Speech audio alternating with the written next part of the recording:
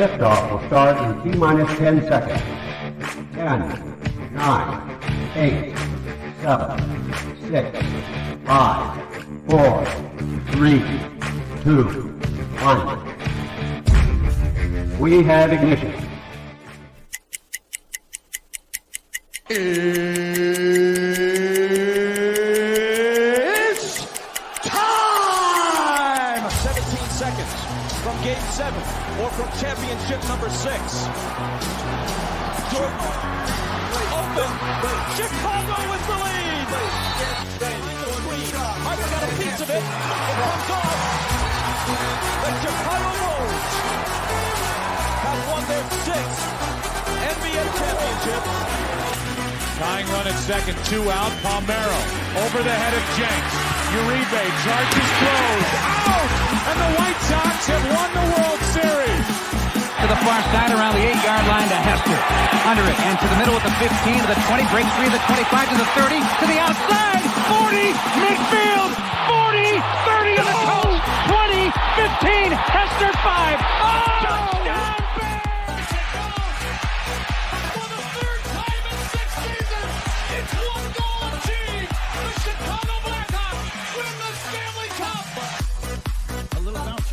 Toward Bryant. He will glove it for Rizzo.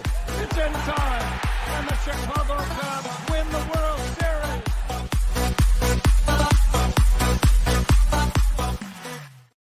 What up, what up, what up? Welcome to morning on this Bears Victory House Music Monday edition. I'm your boy, the SuperBack, Shawn Sierra. Thanks for tuning in. Man, if you're watching us on Facebook Live, well, then I guess you found us on Facebook. And if you're not following us on Facebook, what? Go to Facebook, type in Sports Zone Chicago, click the like button, and now you're following Sports Zone Chicago. Simple. But wait, there's more. Go to the show's page, go to Shawn and Maya in the morning, like that page as well. So not only will you be following Sports Zone Chicago, but you'll be following Shawn and Maya as well. If you're watching this on our YouTube channel, excellent. If you're not subscribed to our YouTube channel, for real, come on, man. Go to YouTube, type in Sports Zone Chicago, click the subscribe button. But also click the notification button. That's the little bell that's right next to it. And that'll let you know anytime a show from Sports Zone Chicago is going live. Get it? Got it? Good. Now, if you're watching this on our mobile app, yay. Listen, please don't tell me you didn't know we had a mobile app. Come on now, people. All right? So what you do is wherever you get your apps from, it doesn't matter where it is, whether it's iTunes or Google Play or Amazon or Walmart or Kmart or 7-Eleven or Zayre or Zemsky, Macy, Montgomery Ward, Weebolts, Venture, Goldblatts, it doesn't matter. You go there, you type in Sports Zone Chicago, you download it, you take us with you on the go. So not only do you get Shawn and Maya in the morning 3 days a week, and not only do you get our other live shows throughout the week, and not only are they archived there like they are on Facebook and YouTube, but I'll tell you what, we give you a slew, and I mean a slew of articles thanks to my man Clarence Council III. Big up to Clarence for keeping you abreast of all articles Chicago sports related. Now, if you're watching this on a Roku channel, I like that kind of party, baby. And if you don't know, you better ask somebody. Sports Zone Chicago, we have our own Roku channel. If you have a Roku television in the house, do us a favor. Download our channel right to your television. Put it there right next to the big boys. Next to Netflix, Hulu, Apple Plus, Max, Disney Plus, Stars. Oh, my goodness. I don't know if you watched Power Book 2, Episode 9 for this season. Oh, my God, was it crazy. Crazy. And there's one more episode left. I can't. Oh man, that I couldn't. I was shocked. I was like, there's no way they can kill this character off. None, and they did. Holy sheesh. But I digress. All right, Paramount Plus, Stars, all those shows. Put us right next to the big boys, and watch us on the big screen. Now. You can also tweet the show. You can tweet us at Sports Zone Shy. That's CHI at Sports Zone Shy. But if you want to follow me, just me personally online, you want to know what I did? Well, let me tell you what I did. I made it nice and easy for you folks. Nice and easy. One handle for Facebook, Twitter, Instagram, Snapchat, and TikTok. All one handle at the Shawn Sierra. Guys, we got a great show for you. I'm fired up today. We have a lot to talk about, but I need you to get interactive. So whatever platform you're watching us on, whether it's Facebook, YouTube, or our mobile app, leave a question or comment on that platform. It'll come up here in the thread. We'll put it up on the screen, incorporate it into the show, and that, my peoples, is what makes this the best morning Chicago sports talk show around, and that's you. So bring them all, baby. It's comments, smart ass remarks, because ain't nobody scared over here. Like The Rock said, baby, don't sing it, just bring it. Let's see. Let's check the chat already. It is jumping to begin the day. Jay Grizz in the house. Good morning, SuperBack and the Sports Owners. Happy Formation Monday. Yes, it's Victory Chain Monday over here, baby. I got it. Just as I was starting the show, right before I started the show, I was telling Steve, I was like, all right, Steve, I got to go start the show. He's like, all right. I said, oh, I forgot. How can I forget? I had to put on my victory chain because it is Bears Victory Chain / House Music Monday. I love it. Sean Walls in the house. Good morning. Good victory morning on a House Music Monday. Yes, it is, Doctor. Yes, it is. Bruja 7. Happy Bears Victory Monday. Yes, sirree, Bob. That's what I'm talking about. My man Armando Emeterio Lara Jr. And Victory Chain Monday. It is, baby. Yes, it is. What it is, yo. What's up?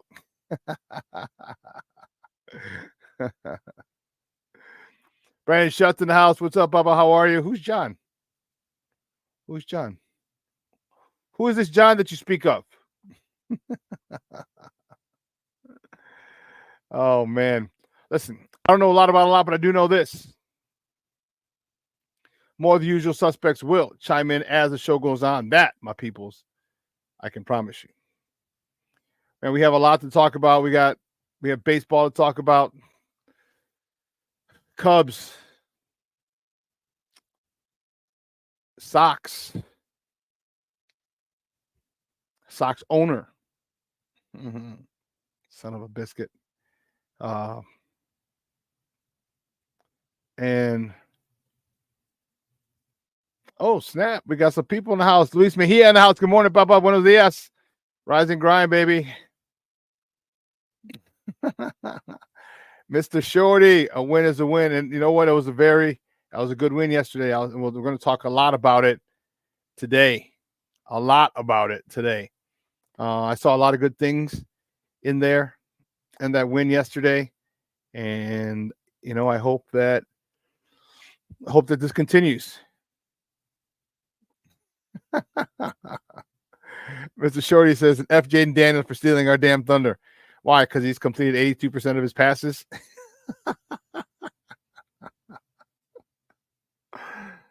Hey. Brandon, facetious or what, Papa? Because, yes, they did win. I don't know if you're being facetious or not. But anyway. Yeah, we got a lot to talk, man, and I can't wait. I can't wait to get your comments, your input, your feedback, and what you thought of the game yesterday. We're going to talk about that. Like I said, there's a lot of different topics and aspects to go down because there's so many different storylines, so many different areas that we wanted to see improve, and many of them did. So I was very happy with that. Good Bears victory. There's always stuff that you can do better.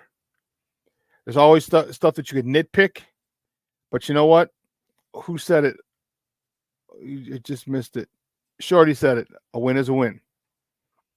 All right. And DJ Moore was on the radio this morning. He said it's a lot easier to get to go through film and get critiqued after a win than it is a loss. And I've told you that before.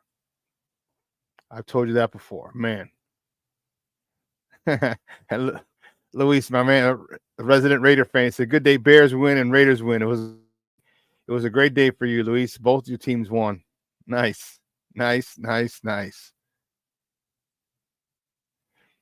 So, I hope you guys had a great weekend. My goodness. College football was off the charts, too. Holy shnikes, to borrow a line from Tommy Boy. Did you guys see that? The Miami Virginia Tech game? Holy, on Friday? That game was insane. Then, who else? Then the Alabama Georgia game yesterday or Saturday. Let me just say college football is in full EFFECT. Whew. man, those games were insane. Our guy Jared Payton is probably going through one. Touchdown, no touchdown, touchdown, no touchdown. After further review, college football was crazy this week. It was amazing. This is why I love the game. And this is why we play the game. Okay? Some upsets, some blowouts, some just phenomenal games. The Alabama-Georgia game so early in the season. Number 2, Georgia versus number 4, Alabama in Tuscaloosa. College game day was there, so they knew. I don't know if they knew it was going to be that much of a classic, but they knew it was going to be one hell of a game. And let me tell you, ladies and gentlemen, it was. It was. Oh, my goodness. Then to wake up and watch the Bears do what they did. Whew. My man King Booker World checking in. What's up, Papa? Says salute, chat, and Shawn. Win. Hell yeah. I tell you, there's a lot of good stuff. A lot of stuff we can talk about on the show today. A lot of good stuff. Shawn, this is one of the things we're going to talk about. Definitely we're going to talk about the Bears punter. And I'm speaking from firsthand experience. I played with a punter who did the things that Torrey Taylor did yesterday. I told you the story the first day I heard about this. Well, I heard about this guy that we were getting him. That's when I was playing with the Thunder. And I'm jogging around the field, warming up, and I see him. Ball hits on the 5 and makes a 90-degree turn right out of bounds. I was like, oh, jeez. He did it again to the right side. Then he did it to the left side. I'm like, dude, are you freaking kidding me? And then the one, like the 6th or 8th punt that he hit, bounced at the 3. It came straight down. It bounced straight up, and bounced right where it originally hit. And just died right there on the 3. I was like, and this is while I'm warming up. I'm like, holy cow. That's crazy. If he can do this in the game, and our guy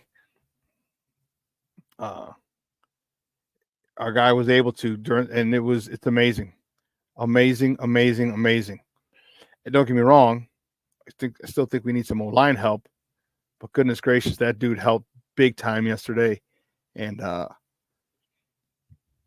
it was a thing of beauty. Oftentimes people, and even NFL teams, but we underestimate, and I don't know why we would ever do that here in Chicago, but we always underestimate and downplay and overlook the third phase of the game, and that's special teams. Why we do that, I don't know. We just had a guy named Devin something or other who was pretty good here on special teams. We had a guy named Robbie Gold who was pretty good here on special teams. So why we here in Chicago, I could see why other teams may overlook or downplay that third phase of the game, but why we here in Chicago do, I don't. If you know why that would ever happen again, I don't know. Now when you have 2 phenomenal players, okay, like Robbie Gold and Devin Hester, that we saw change games, and Robbie good as gold, with Jeff Joniak called him, and that was pretty much it. He had 1 or 2 bad seasons. He found himself again. You know, after he was traded, I think it was with the Giants that we were talking last night, and then, then became lights out for the Niners. So, and he still lives here. Actually, he's the head coach at Buffalo Grove High School, I want to say, because Chicago's his home. So that third phase of the game is unbelievable, and the thing about that phase, is that it changes the game so quickly. All right, it changes the game so quickly. And you talk about stealing and a momentum shift. Like you could, and you're depressed and upset and frustrated. And all of a sudden this dude goes out, kicks the ball, bounces at the 8, and goes right out of bounds at the 8. It lands and bounces right out at the 8. like a 90-degree turn. Oh, Rolling Meadows. Thank you. That's where Robbie Gold is the head coach. Rolling Meadows. And Mondo Jr.'s son was at the game Friday. Yeah. Let's not forget R.W. McQuarter, Jerry Zuma, our good friend Jerry Zuma, a former good friend. We used to hang out back in the day. Yeah. Remember, he was a kick returner. That's he was selected to the Pro Bowl as a kick returner. He retired the year before Hester got here, if you recall, and Hester took over 23 and immortalized that number, Bears 23. So, all in all, really good day yesterday. Got us to 2-2. Big difference between 1-3 and 2-2. Huge difference. And they talked about the percentages of making the playoffs from a 2-2 team as opposed to a 1-3 team. But what it did is it kind of got us back right. Because I'm still salty. There's nothing we can do about it. Still salty about that Indy game. Although Indy took it to Pittsburgh, but Joe Flacco came in. And truth be told, I was hoping we'd keep Richardson in the game because Richardson was willing to give us the ball, and he did. He did his best to give us the game. I did not want Flacco in because Flacco's a cagey vet. And you saw what he did yesterday in Pittsburgh, or not in Indy against Pittsburgh. So, Pittsburgh quarterback had a great game. Our guy Justin. Okay, all unfortunately was in a loss. But Indy looked good. Indy with Joe Flacco in the game, it's nutso. It was funny. They interviewed Joe Flacco after the game, and they asked him does Anthony Richardson think he's cool? And he said something to the effect. He said, Anthony Richardson's mom is 8 days older than me. He goes, so he's definitely nothing. There's definitely nothing about me that he thinks is cool. That's so crazy, Flacco. That's crazy. So,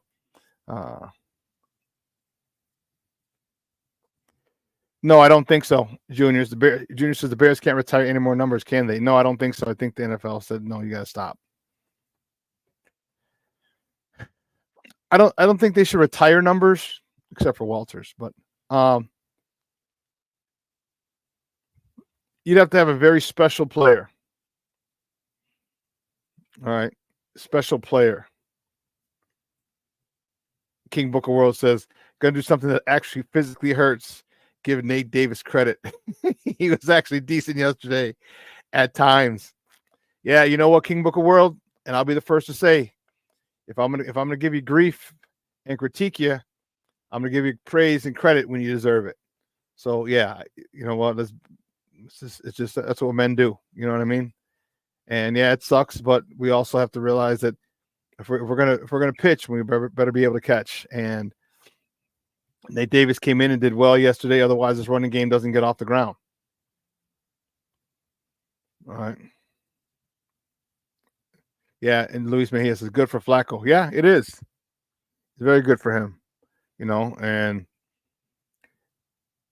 I just hope that, and do you guys know, was Flacco there last year as well with Indianapolis? King Book of World says that hurt my soul, Shawn. I know. I know.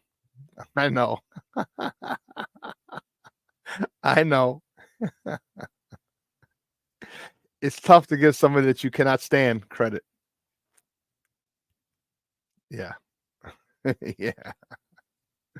And Mr. Shorty says, if Caleb is what most of us think he is, 18 will be retired. Okay.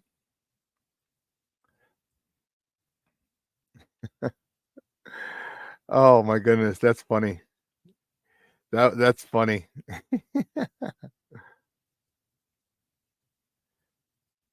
So Flacco was on the Browns. So who's Do any of you know who the quarterback was for Indianapolis last year? It wasn't Gardner Minshew, was it? See, because people don't understand why the backup is so important. Okay.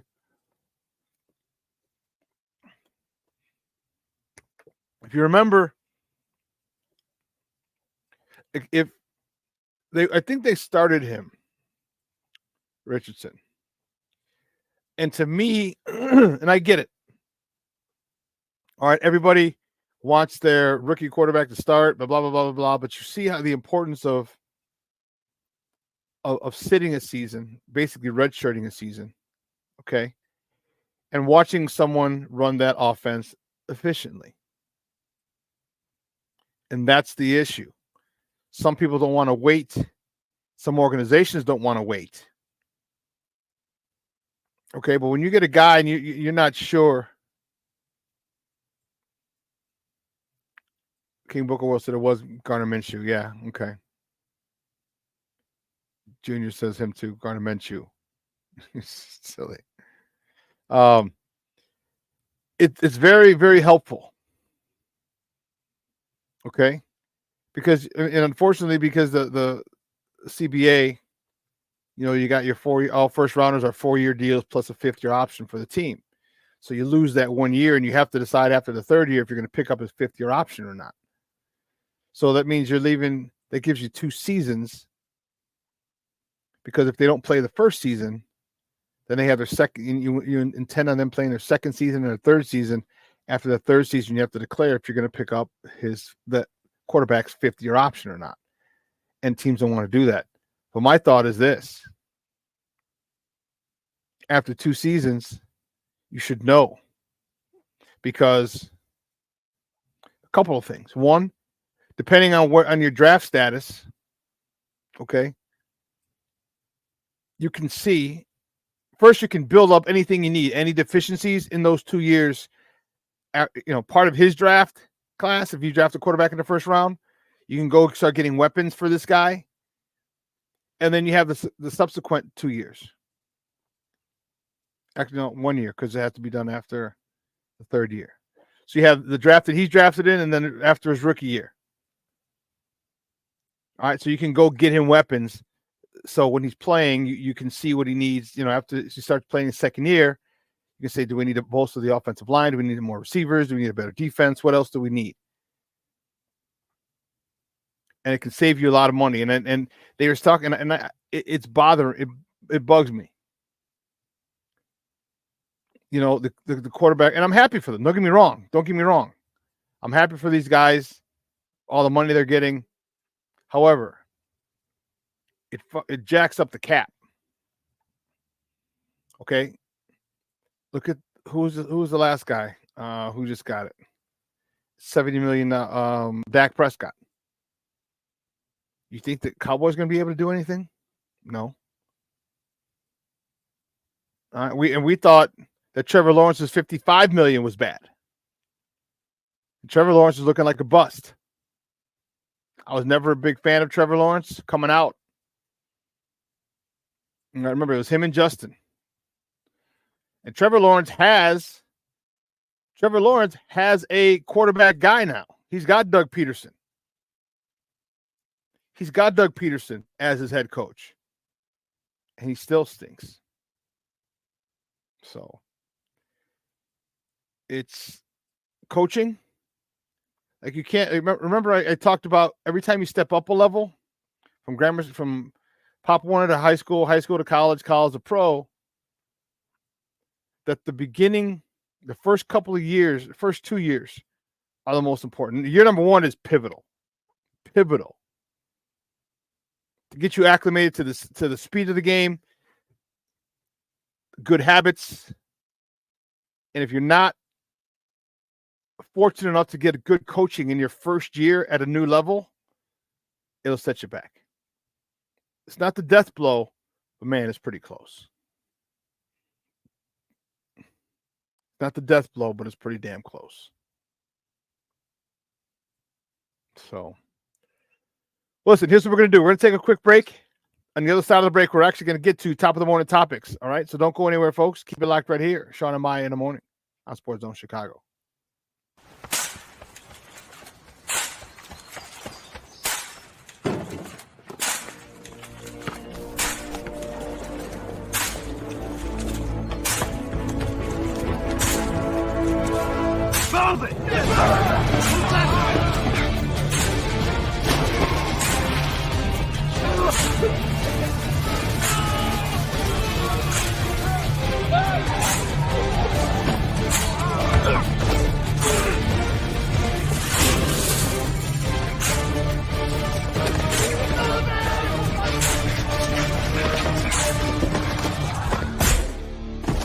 Many will hear the calling.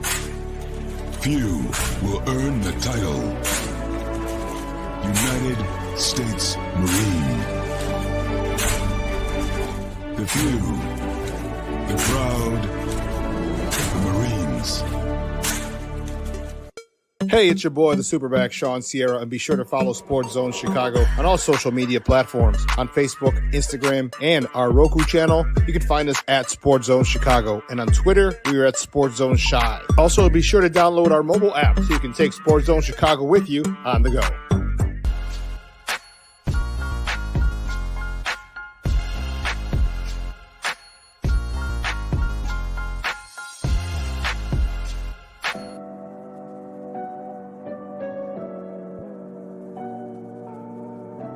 How do you take care of your mind health?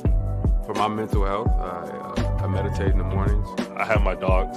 They're the best. I just find ways that help me just relax. Finding things that make me happy, like being close to my family. I meditate a lot and read books. I have hobbies outside of the game. I'm able to switch off. I'm able to turn my brain off from the game of basketball. Your mind health matters. Your mind health matters. We are looking for a few heroes, mentors, trailblazers, innovators, a passion to change lives, spark curiosity, open hearts, and awaken minds, help students answer the question, who am I? This could be your calling, but this is no job. It's the journey of a lifetime. Be a hero. Be a teacher. Mental health and learning disorders don't discriminate. 17 million children and adolescents in the United States live with disorders like anxiety, depression, ADHD, and dyslexia. Less than half get the help they need to thrive. Help the Child Mind Institute change these children's lives. Visit childmind.org.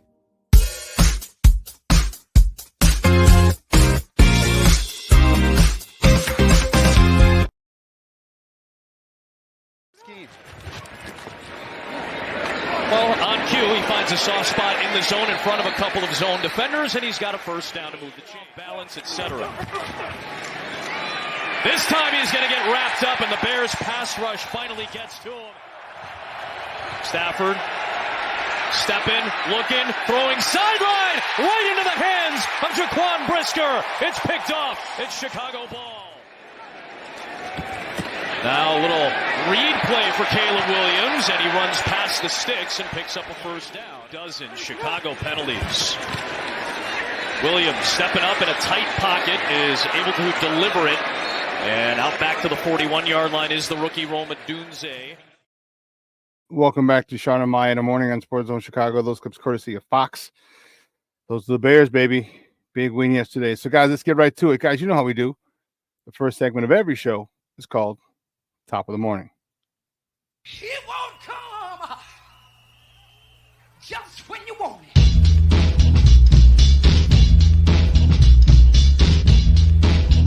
Top of the morning to you.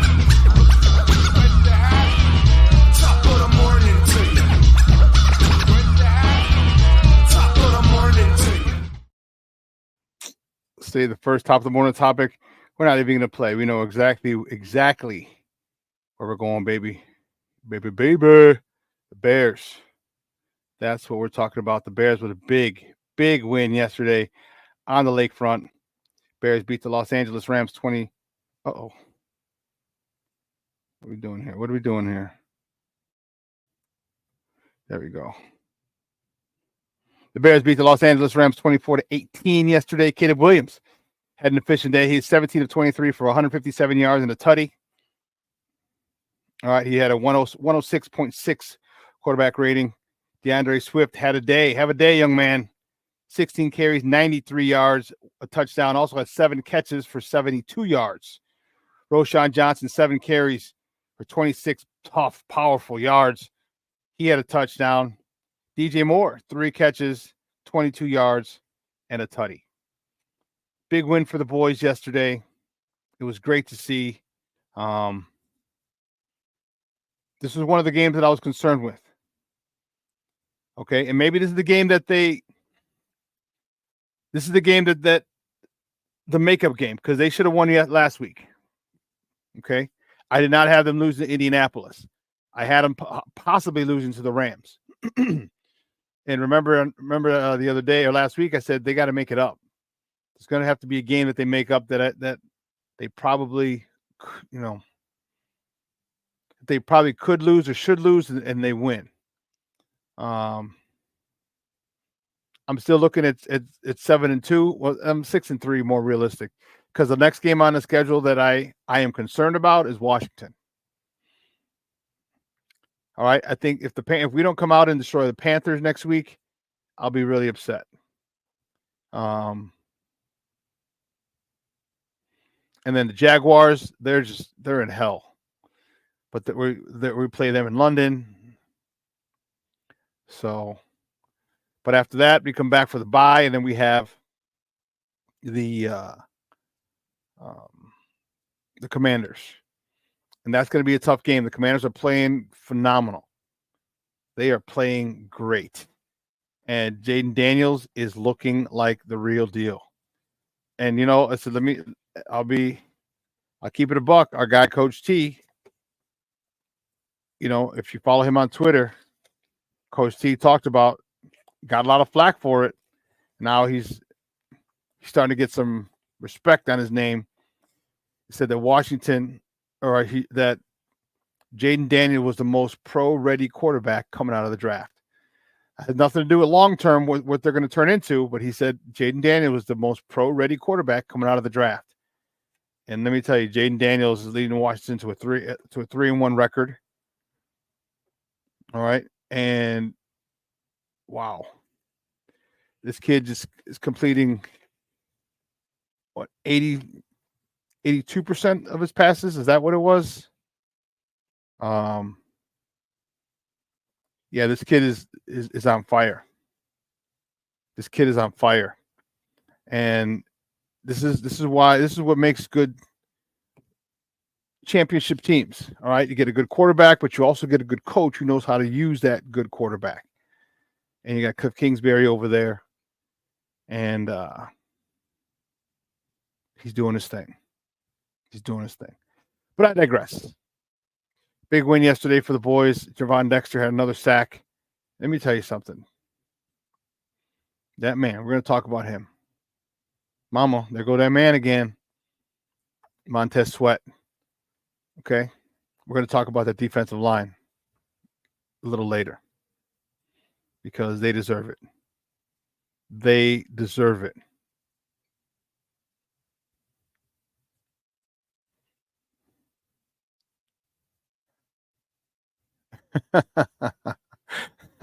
King Booker World says, I want Trevor Lawrence to get the same shit Justin Fields was getting because Sunshine is horrible.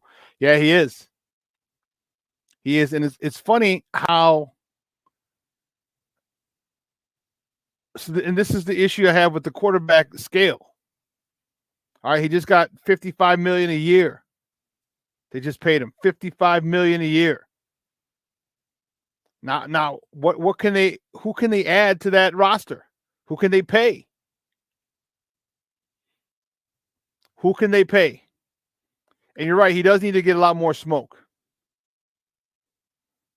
All right. King Booker World says people treat Justin Fields like he was the number one overall pick, and he wasn't. And I agree.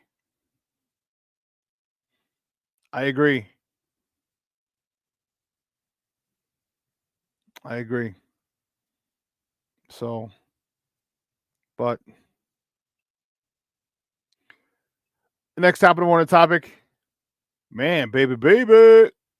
Is what I'm talking about. My White Sox. White Sox, baby. Yes. The White Sox beat the Detroit Tigers 86. I'm 86. Thinking basketball, Detroit Pistons. I'm looking at their record. Beat the it wasn't too far off. They beat him 9-5 yesterday. Jonathan Cannon. He got the dub. He finished the season 5-10 on the year. Went 5 innings, 4 hits, 4 earned runs, 3 walks, 3 punch outs. Lenyn Sosa, 3 for 4 with a homer. His 8th of the season, driving in his 33rd, 34th, and 35th runs on the season. Brian Ramos, 2 for 4 with 2 RBIs, his 10th and 11th on the year. And Corey Lee, the young catching phenom that I really, really like. He was 1 for 5 with his 36th and 37th RBIs of the season.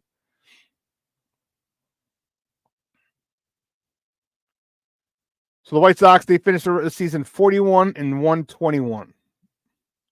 I don't know if that record will ever be matched again or beaten. It took 62 years for the Mets record to be eclipsed. I don't know if we'll ever see a team as bad as my White Sox.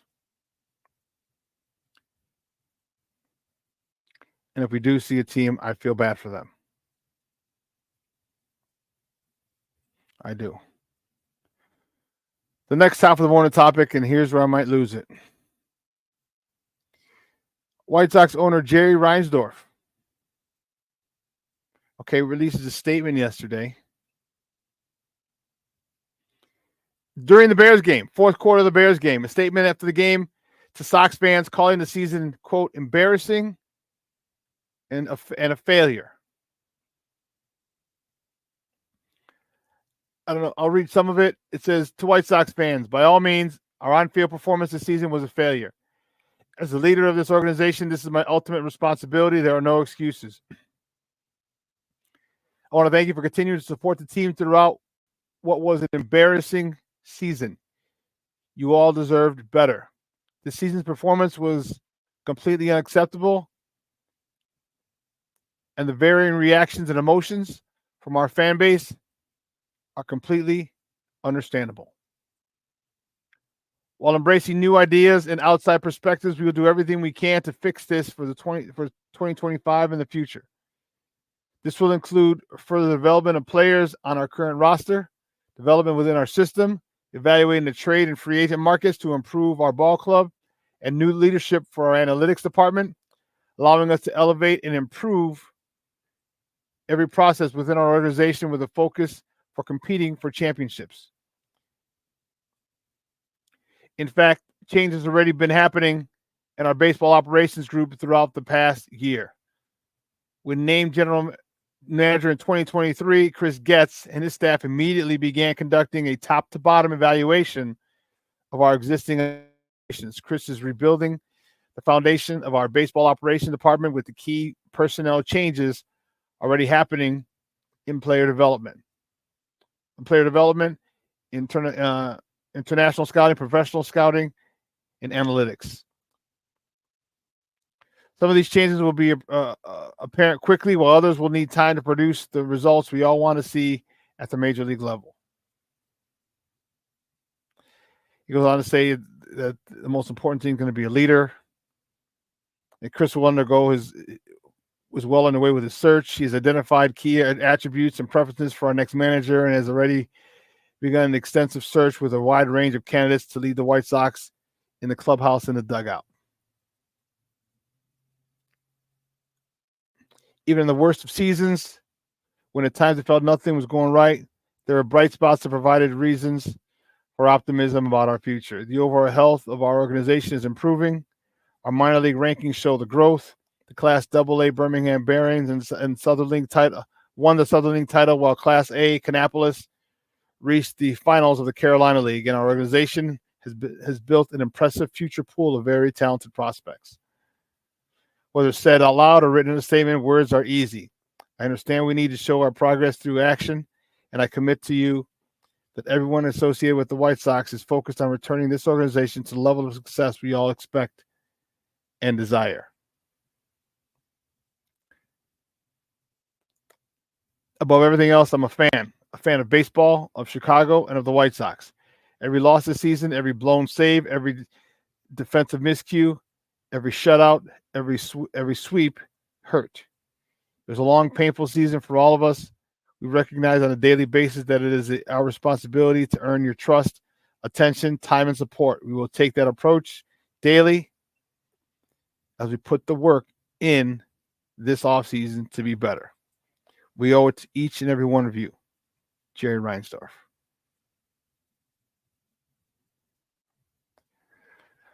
So my friend sent this to me. Big shout out to my friend Annette, who's a White Sox fan. Big shout out. Her daughter's a stud. She plays at St. Lawrence in flag football and softball. She's a stud. But I digress. She sent me that thing yesterday, and I was like, you know what? I'm like, this BS. I'll actually read the response that I had.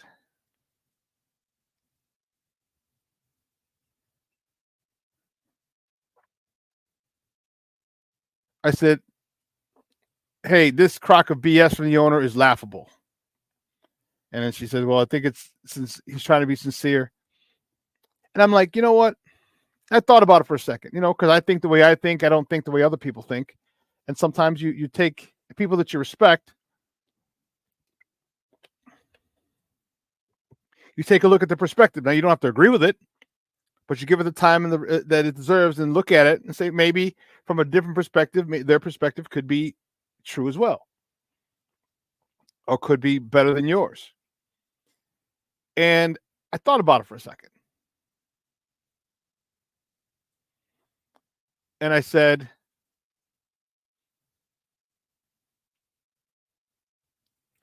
no, I don't think he's being sincere. I think, like you said, words are easy, especially in a statement behind that you release. First of all, don't do it during my Bears game. No one gives a damn. Not during the Bears game. That's for starters. Secondly, if you can't, let me ask you a question. When you put things in a bad environment, when you set things up improperly, how can you expect them to grow properly and develop properly? That's my question. How can you expect that? So when you and after the article where it's reported that your hand was in a lot of decisions, and obviously the Tony La Russa one was your decision, how can you apologize to us? This has been brewing for a while now. This has been brewing for a while. You ruined the team that we had.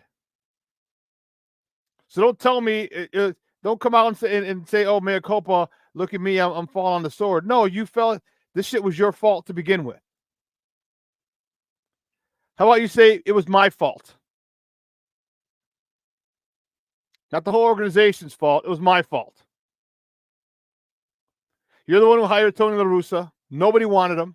You went over Rick Hahn's head.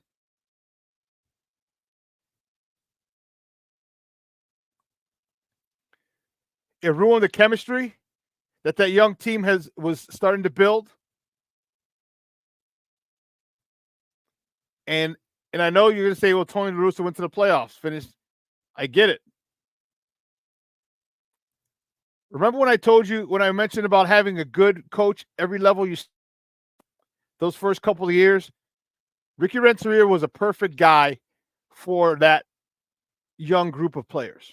The perfect guy.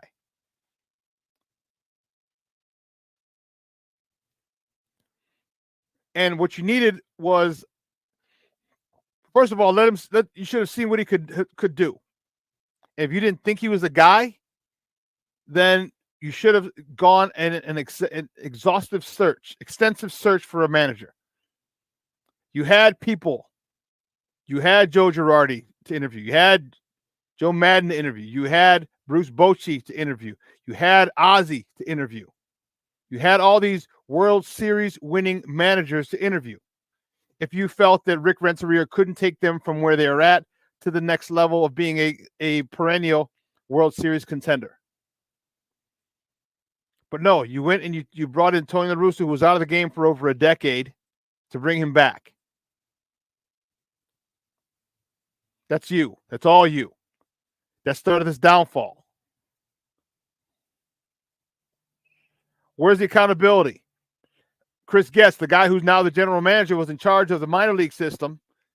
And after Tim Anderson, Lou Bob, Yo-Yo, Eloy, Vaughn, after all those guys came up, what do they have in the system? Nothing. So one of the worst baseball farm systems you have, now the guy who led that and was in charge of that is in charge of your entire baseball operation. That's not being sincere. Don't look me in the eyes, piss on my shoes, and tell me it's raining. Okay? I don't buy it. This is all you're doing.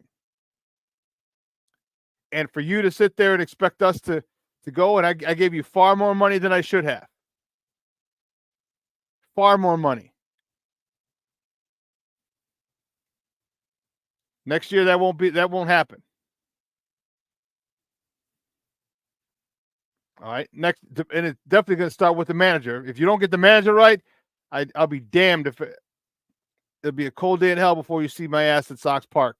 If you don't get the manager right. If you go pick another puppet manager, first-time manager to run this organization, you will not see my ass at Sox Park.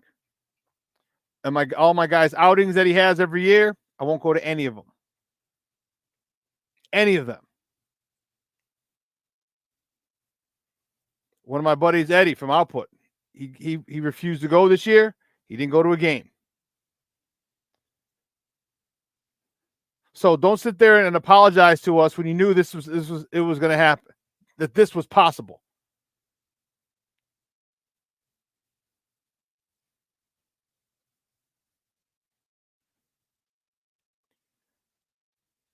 You know, it's embarrassing what you've done to us. It's embarrassing how you treat us. Because if you wanted to win, get a good manager. You go get a good leader. But you don't want a good leader. And to me, that's important. And how many times have you heard me say, I may have mentioned it once or twice, coaching matters. How many times have you heard me say that? You get a bad manager, period.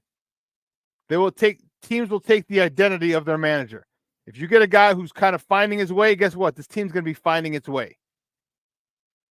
And your refusal to get a veteran, proven winner to lead your organization says everything about you that we need to hear. You don't want any free thinkers.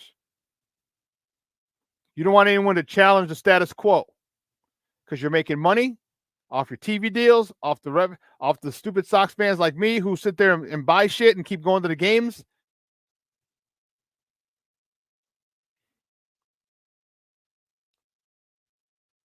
And your disrespect toward us is evident. And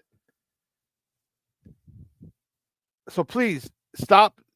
You could save that whole thing, that whole statement you made, because action speaks. I would have rather you said nothing.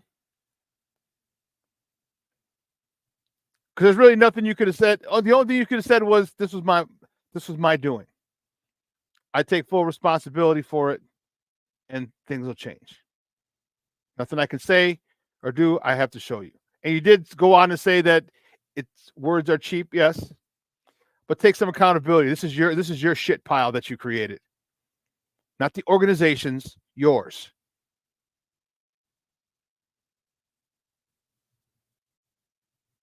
So to say that I'm pissed is an understatement. It's an understatement.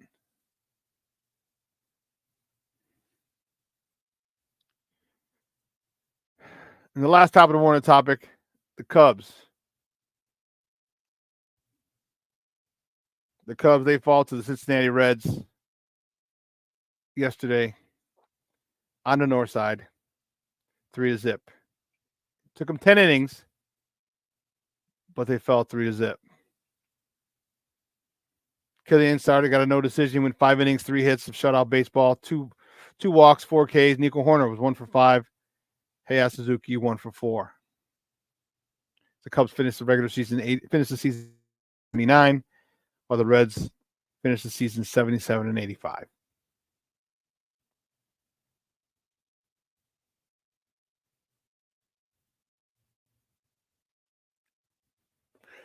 You know, I know we were talking about the Cubs, but this whole Reinsdorf thing still pisses me off.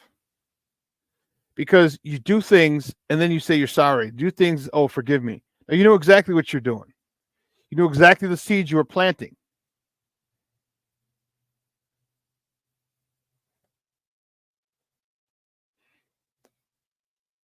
Michelle Wallace says, I'm not buying it from that statement. I'm not buying it either. King Booker World said, I used to go to 35 games each year. This is the first time I boycotted. I should have been like you.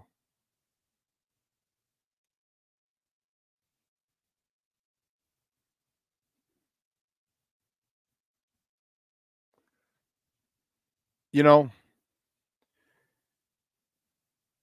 Rick Hahn did a phenomenal job of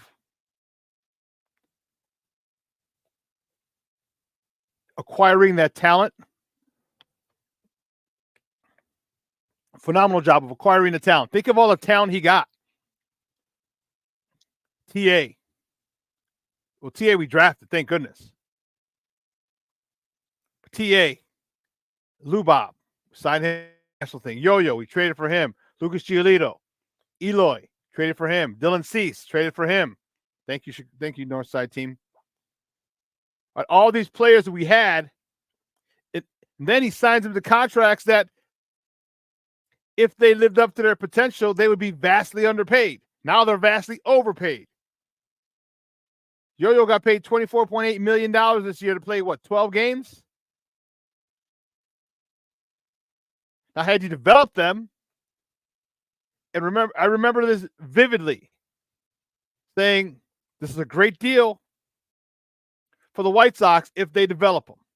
If they develop these players at the end of their contract, they will be vastly underpaid. If you develop Yo-Yo Moncada, $25 million, $24.8 this year, there's a club option for $25 next year, which they're not picking up.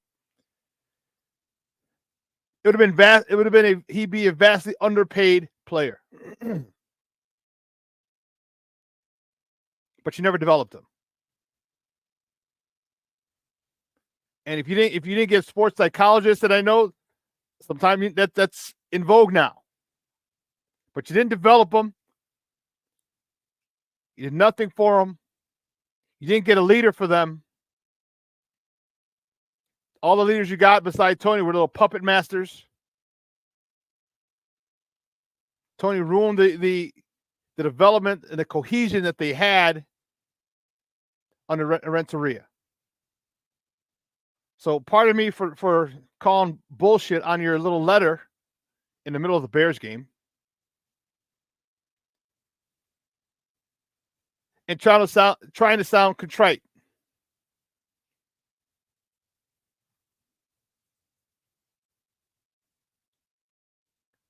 You can't neglect something and expect it to flourish. You can't. That's in all aspects of life. You can't neglect something and expect it to flourish. Your neglect of the development of these players is criminal.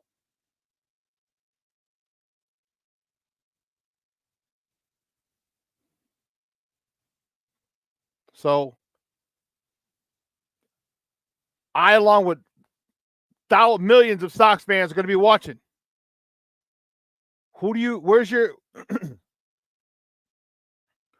your manager search take you? Because that's going to tell us a lot. Okay, Skip Schumacher, probably regarded as the best manager out there right now, just got released by the Marlins. He was the 2023 National League Manager of the Year, two-year stint.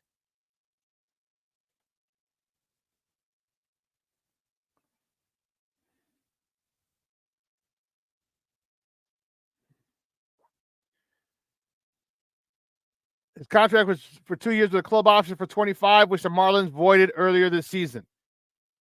This is according to the Sun-Times Wire. Schumacher immediately becomes an attractive candidate for the White Sox managerial job. So he may not want to be involved in a rebuild. Why the hell would he want to be involved in a rebuild? And why do you take stuff from?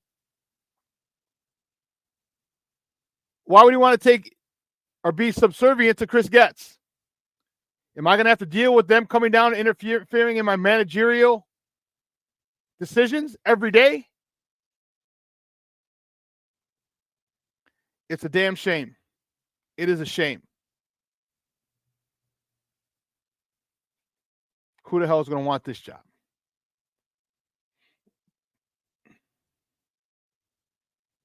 Junior got jokes, huh? Apparently, he forgot the parade in 05. How crazy it was in downtown the rally. Yeah. Anyway, let's take another break. On the other side of the break, we're going to switch gears. We're going to talk a lot of football. I'm looking forward to that. So don't go anywhere. Don't go anywhere, folks. Keep it locked right here. Shawn and Maya in the morning on Sports Zone Chicago. Hey, it's your boy, the SuperBack, Shawn Sierra, and be sure to follow Sports Zone Chicago on all social media platforms on Facebook, Instagram, and our Roku channel. You can find us at Sports Zone Chicago, and on Twitter, we are at Sports Zone Shy. Also, be sure to download our mobile app so you can take Sports Zone Chicago with you on the go. Time out. How are you feeling right now? Happy? Excited? Angry? Overwhelmed? One of the best things you can do for your mind health is to name what you're feeling. It can sharpen your awareness and help you talk about your feelings with someone you trust. Here are 3 questions to ask yourself. Where are your thoughts right now? In the past, the present, the future? Do you notice any sensations in your body? Is your heart beating fast? Is there a flutter in your stomach? Or are you fully relaxed? What do you need right now? Time with others? Time to yourself? Remember, there's power in this awareness. So find ways to identify what you're feeling today.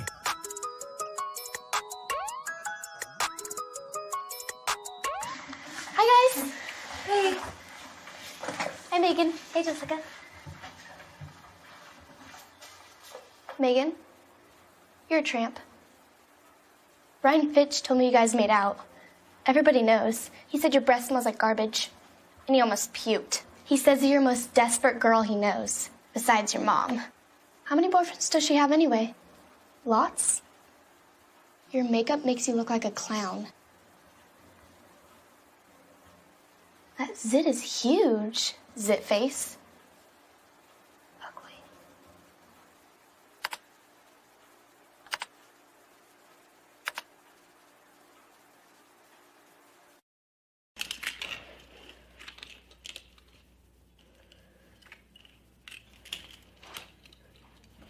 Hey, bud, what you doing? I'm playing with cars.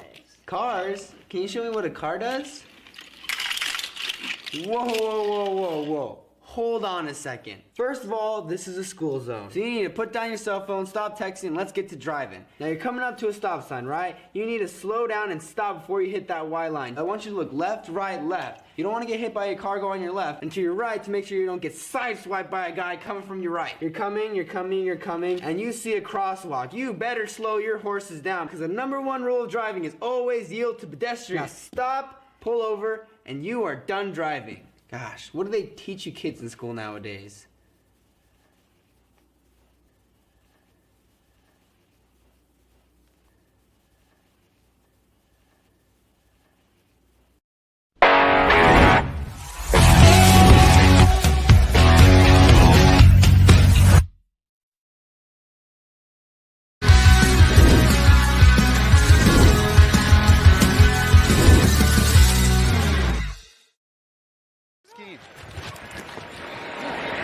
Well, on cue, he finds a soft spot in the zone in front of a couple of zone defenders, and he's got a first down to move the chain, balance, etc. This time he's going to get wrapped up, and the Bears pass rush finally gets to him. Stafford, step in, looking, throwing sideline, right into the hands of Jaquan Brisker. It's picked off. It's Chicago ball.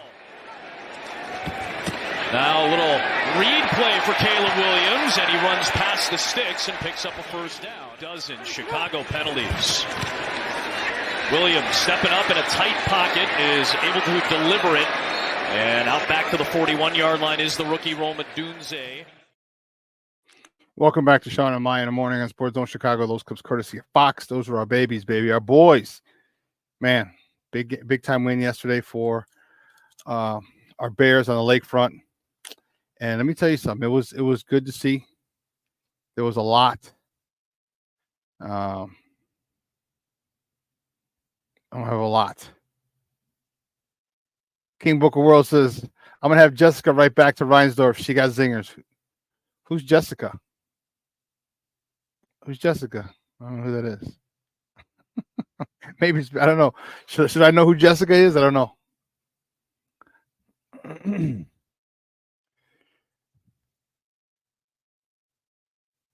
But Bears victory Monday, you know,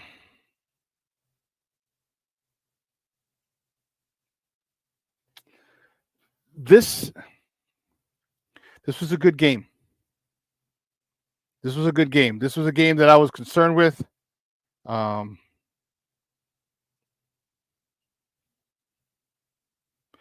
wow, this just came across the wire. Holy cow. Holy cow.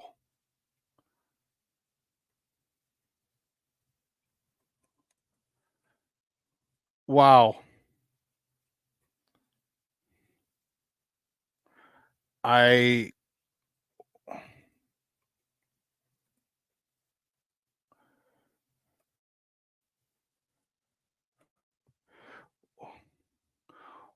Wow. Hold on.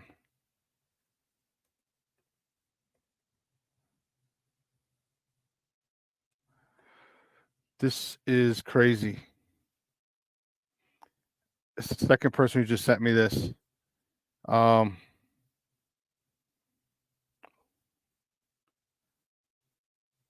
This is just confirmed. Wow.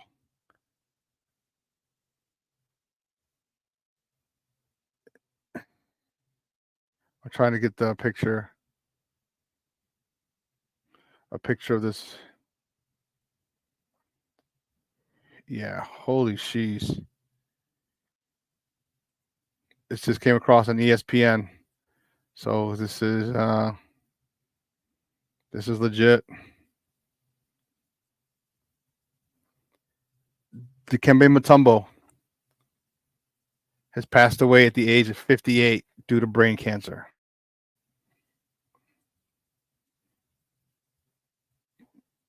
Wow.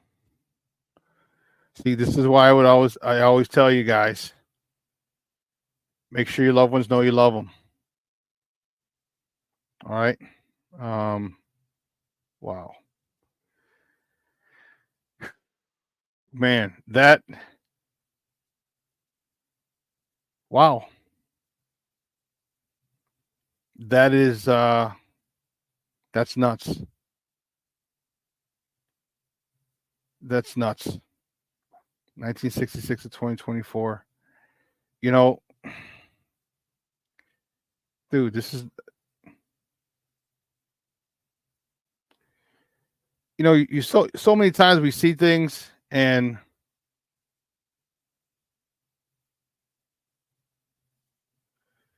we just never, you know, we never know. We see things and where do I need this here? No. Style.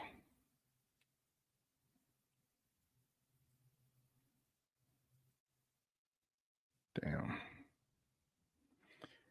This is it's kind of blowing my mind, man. And you know, we didn't know I didn't know that he had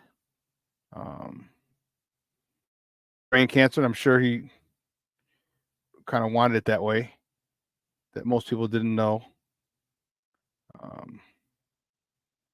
But this is crazy. This is a guy that I watched grow up.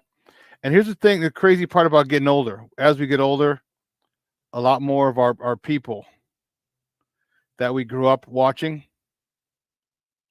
pass away. And that hurts. You know, that really, really, really hurts. You know, we see people like, you know, we see people as they go on and we idolize growing up. And I'm not saying I idolize Dikembe. No, I'm not. I'm saying I watched him play. I enjoyed watching him play. And as we get older, our athletes, our stars, our role models, or whatever we have for people, they pass away.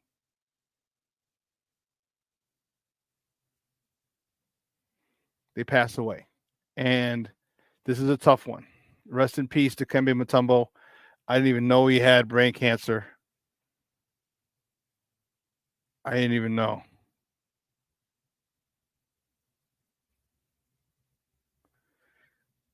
Wow.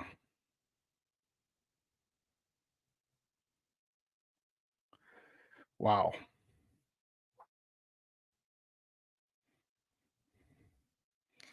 Wow. Talk about a bummer.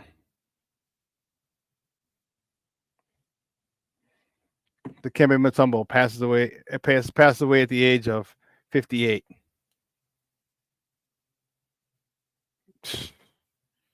Wow. Whew. That's a fine how do you do, huh? Holy sheesh. Just came across the wire. We were talking Bears, huh? Damn. One of the things that I saw yesterday that I really liked was Caleb becoming more efficient. Growing up. In a lot of things, and this is one of the things that got my guy Justin in trouble a lot. Was always looking for the home run ball. Okay. And yesterday,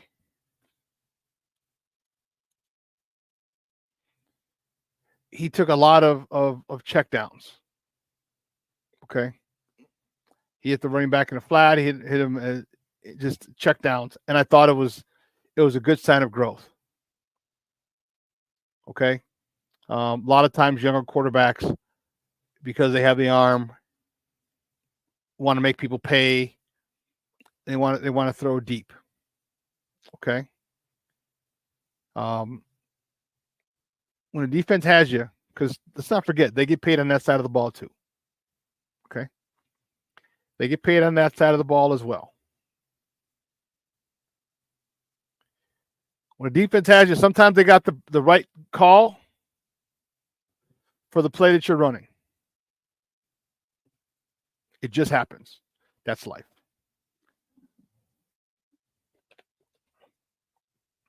You got to live to fight another day. All right. Sometimes they got you, and you just say, "Okay, you got me." Either I'll check it down or I'll throw the ball out of bounds. Caleb did a good job, a really good job of that yesterday. Took a couple sacks. I would have preferred for him not to take sacks, but you know what? He took the sacks as opposed and did not give the ball up. As opposed to throwing the ball up. Okay. Mr. Shorty is frustrated. He said, watching Jaden Daniels is pissing me off, though. He's having what was supposed to be Caleb's years. Damn it, damn it, damn it.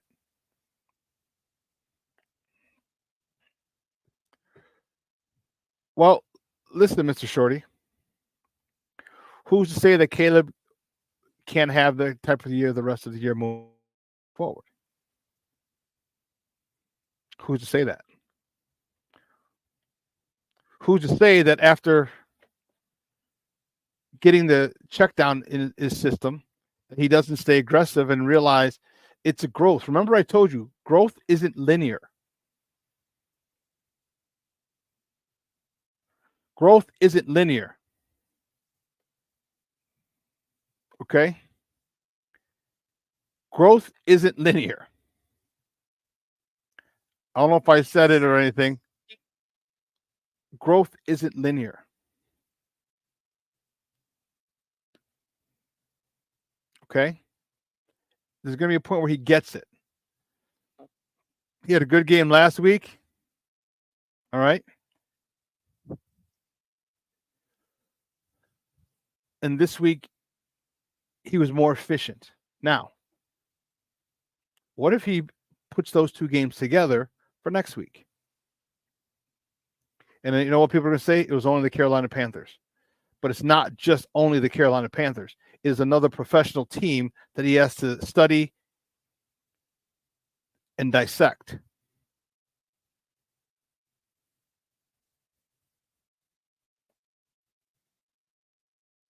Okay? For all you Caleb cult people,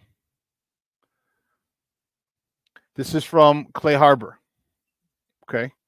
He's starting to get some more views and things on doing around with TV and radio and social media.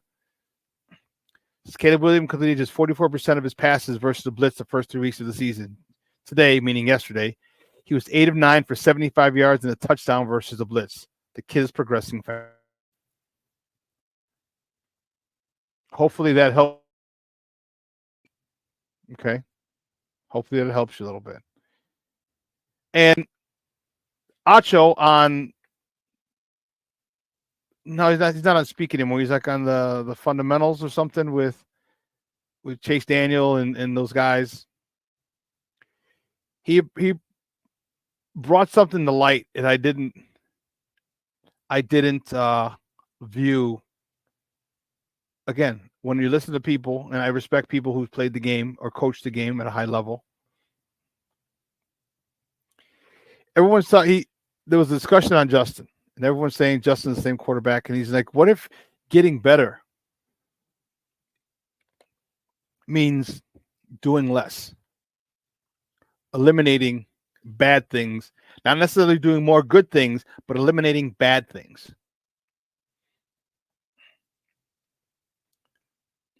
All right. Except for yesterday's game, Justin had 300 yards passing. Okay. But it wasn't that. Prior to yesterday's game, he wasn't throwing interceptions. He wasn't fumbling. He wasn't having pre-snap situations. Are those things positives? Yes. Does that help the team? Hell yeah. Would you say that makes someone better? I would. When you cut down on the mistakes, that's a positive. So now we'll transfer that to Caleb. Caleb's not heaving a ball downfield when there's nothing there in hopes of, first of all, we don't have a guy that we don't have a Megatron. We don't have a 6'6" guy who can go up and with a 40-inch vert. We don't have that. Okay? We have DJ Moore who's 6'1", who can jump. But guess what? Some of the DBs are 6 feet who can jump. Big difference when you're 6 feet and 6'5", 6'6", because your arms are longer, and there aren't any 6'6" DBs in the NFL. 6'3" might be the tallest, and that could be a safety. I don't know how many more Richard Shermans we have or 6'3" cornerbacks left in the NFL. But Caleb did something yesterday that was impressive, and that was hit the check down. When things aren't there, live to fight another down. Live to fight another down. That's smart.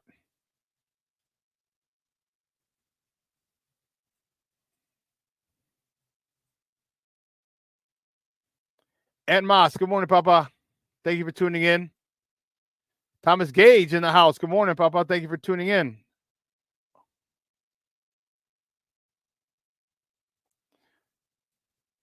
Foster Covers, good morning. He says, we have never seen this in Chicago. Quarterback looking better each week, and you can see it. It's different. Growth so fast. We as Bears fans have no concept. Bears are on the path. I'm still PGTs. I don't know what that means, PGTs.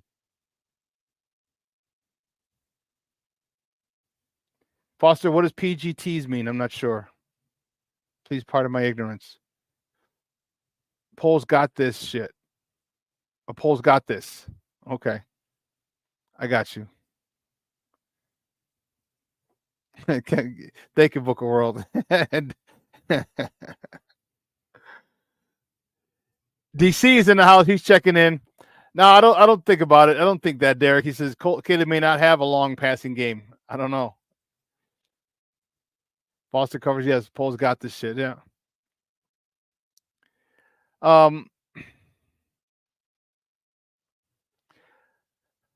No, he likes to throw deep. He's got a strong arm, and trust me, young kids with strong arms like to show it off.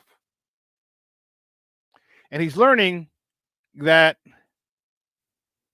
this is different. This is the NFL. This is not the Pac-12. My guy, Roberto Ramirez. What's up, Papa? Good morning. Thank you for tuning in. Appreciate it.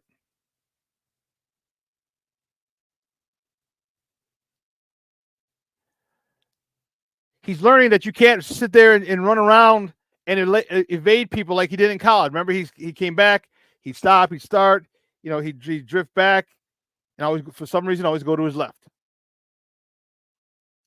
These DBs are quicker, they react better, they don't fall for fakes as well as easily. He's got a couple of nice, very big losses on sacks because he's trying to juke these defensive linemen in the NFL. It's a different breed. So he's learning that. He's learned that.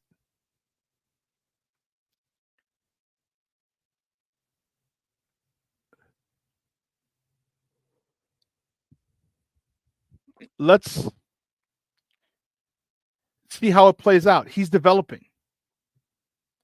Everybody doesn't develop at the same rate because everybody's not in the same situation. Even if they were, which is impossible, you still have different, each individual is different. So what if he takes 300-yard game that he had last week, adds that to next week, but also adds in the efficiency of hitting the check down a lot more next week.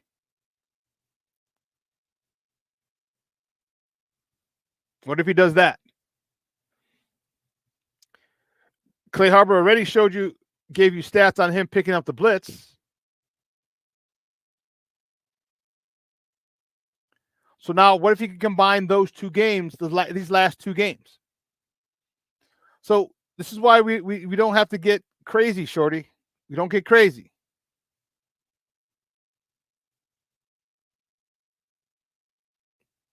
All right.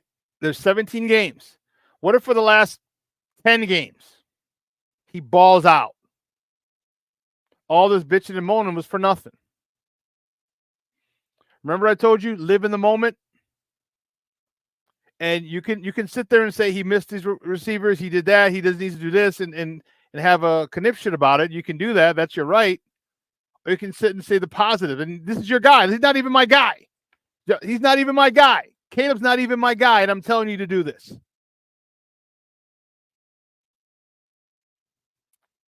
I'm telling you, watch him and let him develop. So you wanted him to come in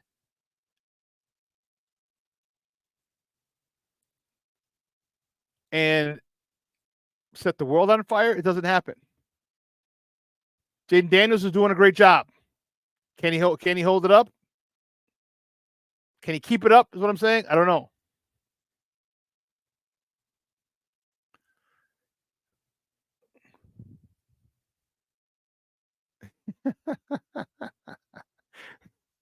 It's the shirt. He's like, I know. I try, Shawn. Glenn Morgan was our guest last week, and he shot me out of the sky talking about Waldron. I'll get over it. Yeah, and let's not.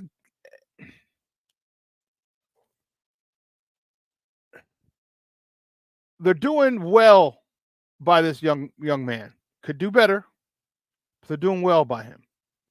Like the offensive line blocked better yesterday, but what did we do? We ran the ball. All right. We ran the ball.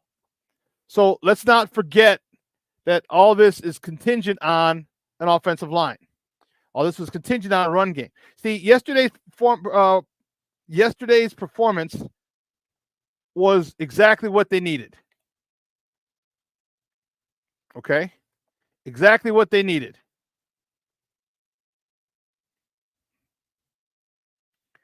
The Bears had 54 plays.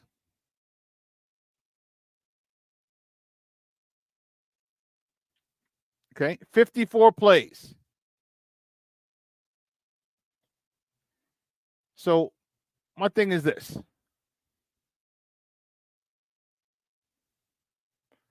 Let's see. 28 rushes, 26 passes.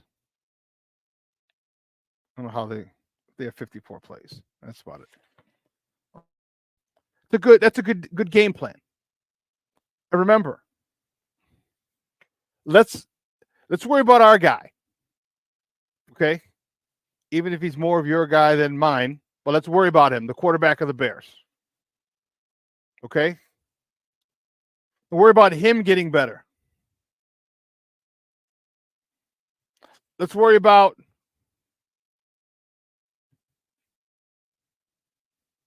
the development of our guy, and he's getting better. Let's worry about his growth. Let's worry about his competence. Let's worry about his efficiency. Let's worry about his coaching. He did something yesterday that I was very happy to see. And I'm not saying other quarterbacks don't do it. I'm saying our quarterback is doing it, and I liked it.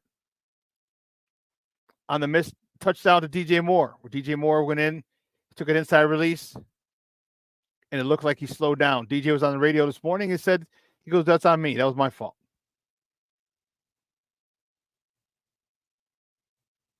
But what did Caleb do?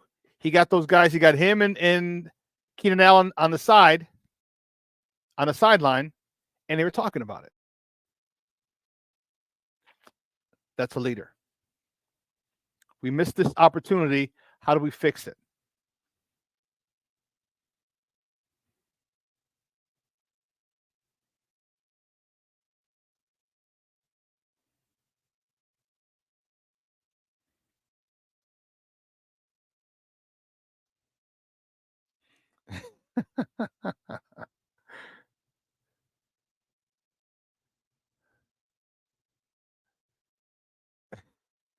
He said, Glenn fucked Shorty up, Shawn. We'll bring him back. This is what King Booker World says.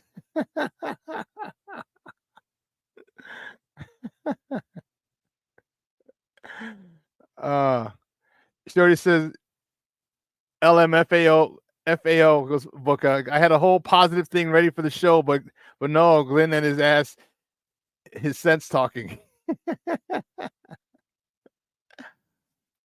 You know, another thing that they did. Well, you know what? Let me just go take a. No, you know, we'll finish up. Don't worry about it. I was telling Steve-O before the show, I'm like, I'm gonna take part of the credit in. Take my flowers for the victory yesterday. My contributions when they brought in Doug Kramer. All right, Armando, my guy, Mondo Jr.'s son, jumbo package. Yeah. You don't think they talked about this? You don't think this was brought up because of my questions last year to Justin? And obviously the coaches heard him because the following week they brought in an offensive lineman.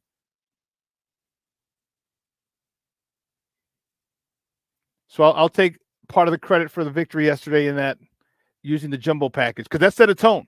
Because I don't know if you saw that play, but my goodness, when Kramer went in on Roschon's touchdown, Roschon busted through, landed on Kramer, knocked the hell out of the defensive end.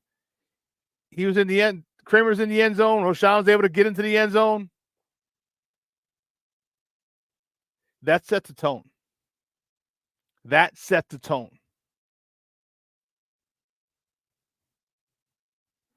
And here's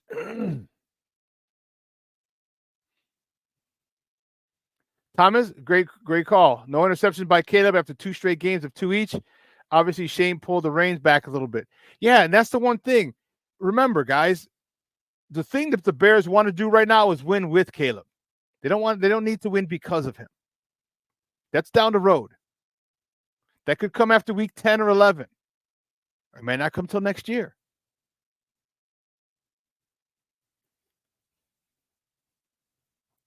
But right now, the Bears should and are winning with Caleb. There'll be plenty of time for them to win because of him. Okay? Plenty of time. Remember that. All right. The balance play calling, 28 and 24. Great. And look what it did. All right, look what it did. We busted a big one, got the touchdown, beautiful touchdown run by Swift. That's all you want.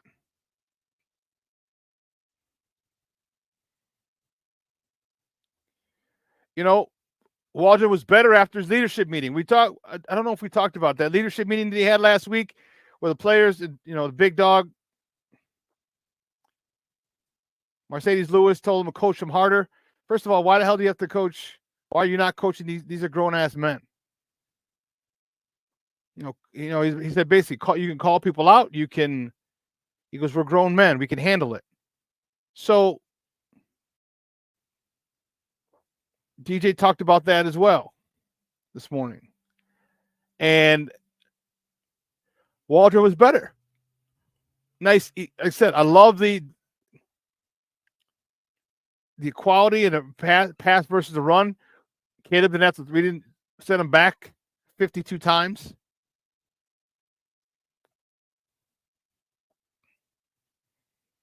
This is all work in progress. Nothing is. We kind of stop looking, comparing other people's stuff.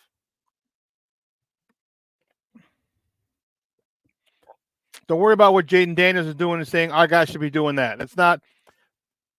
That steals joy.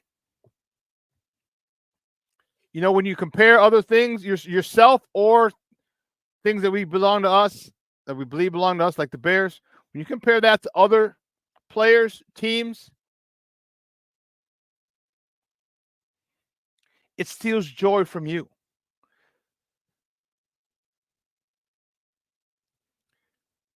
So why wouldn't you? So you could have come in and said,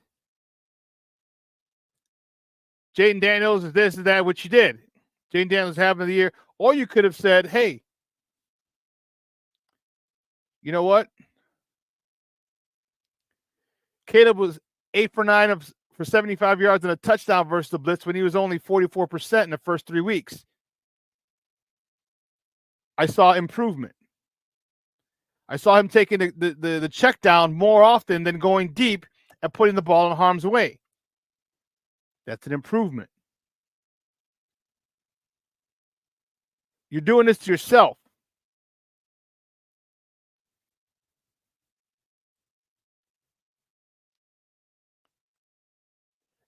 Shorty, you're doing this to yourself. I also love the T formation they're using. Yeah, I get it. But don't do that to yourself, Shorty. It's all about perspective. You want to look at the good stuff, you can look at the good stuff. There's always going to be bad stuff. There's nothing in life, you and I both know it, that's perfect.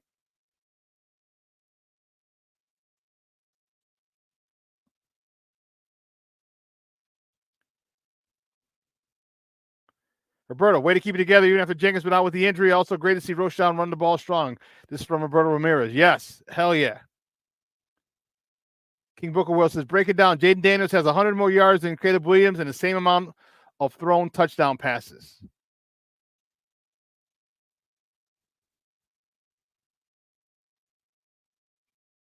James Ford in the house. Good morning, buddy. Thanks for tuning in, baby. I appreciate it.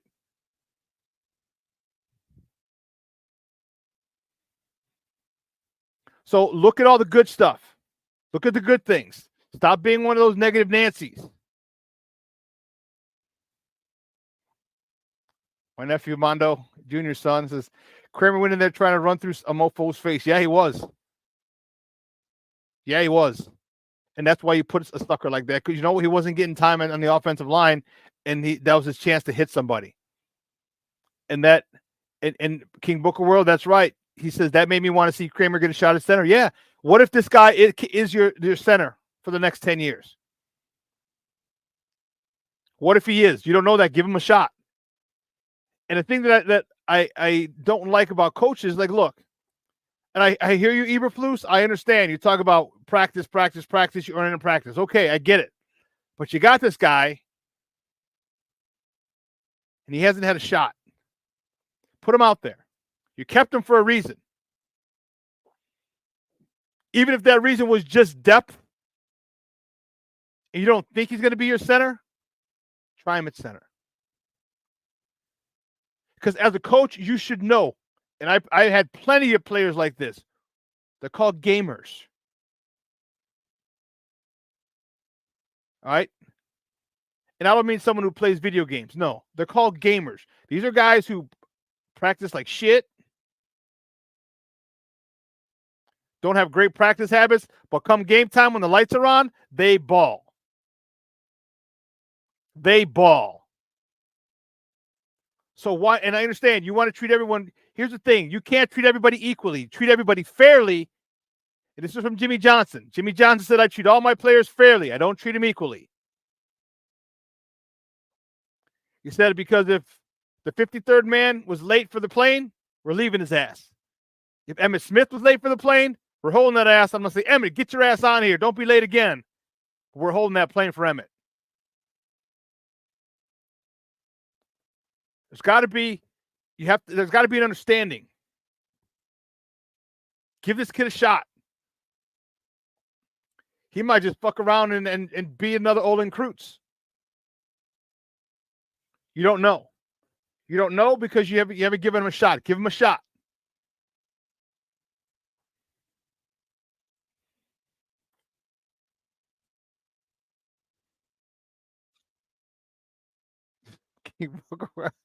King Booker Will is a damn fool. Always got me laughing, even when I'm fired up. Said Kramer filled out a W-2, and when it asked the occupation, he wrote, knocking a motherfucker's ass out. Knocking motherfuckers out. There's a lot of pent-up frustration. He hasn't gotten time. He's seen what Coleman Shelton has not been doing or has been doing. That's getting his ass destroyed as a center. This kid wants a shot. Give him a shot. And you know what? Maybe that taste of running someone over a couple times in a game has got him even more fired up. Give this kid a shot. And if he sucks, hey, you had your opportunity. You had your opportunity. Get your ass back in the depth department, in the depth box. Get your ass back in the friend zone. You know what I mean? So why not give him a shot? You got my fullback, my guy Mark. Big shout out to Mark Micah, my best friend. I was the best man at his wedding 5 years ago. When we started playing together, I was like 220. I was in about 215, 220. And we started playing together on the Thunder. He goes, hey, how does it feel to finally have someone bigger than you blocking for you? And I was like, it's gonna feel good. And we rode it to 2 national championships, 1 MVP for me, national championship game MVP. But the thing that Mark would always say, they said, you play fullback? He goes, no. He goes, I'm a guard with a head start. I'm a guard with a head start. And that's literally what Kramer was yesterday.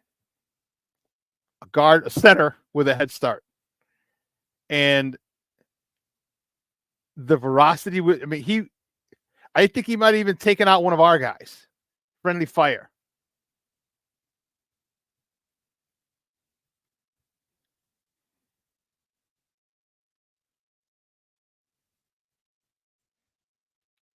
Foster Cover says, I had a coach who called me out at halftime once.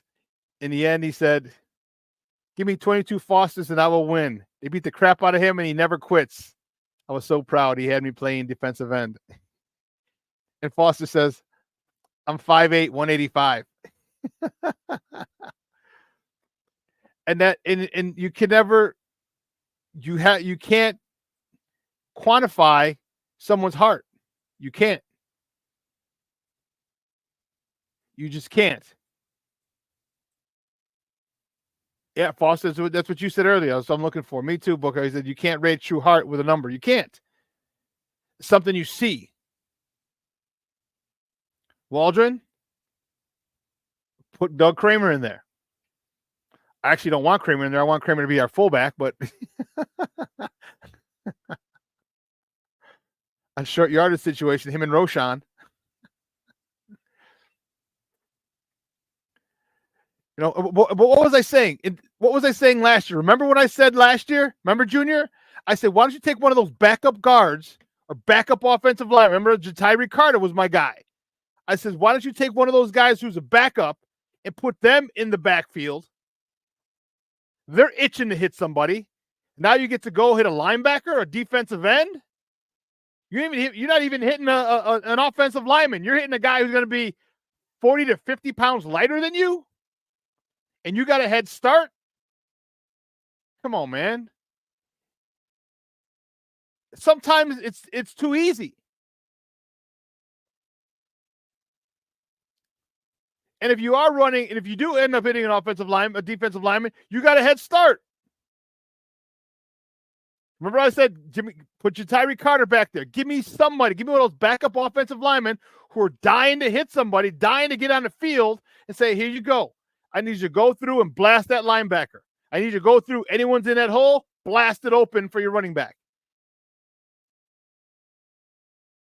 You tell me a lineman who wouldn't love to be in the backfield and lead block for somebody. Come on, man. Come on, man.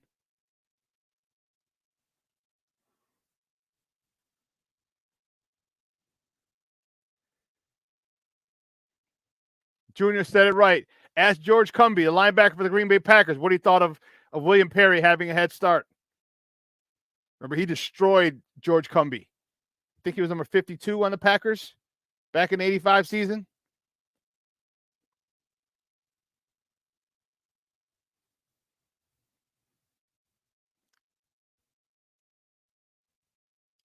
Plank checking in late. Good morning, Papa. Don't worry. Plank says I'm late. Sorry, dentist appointment.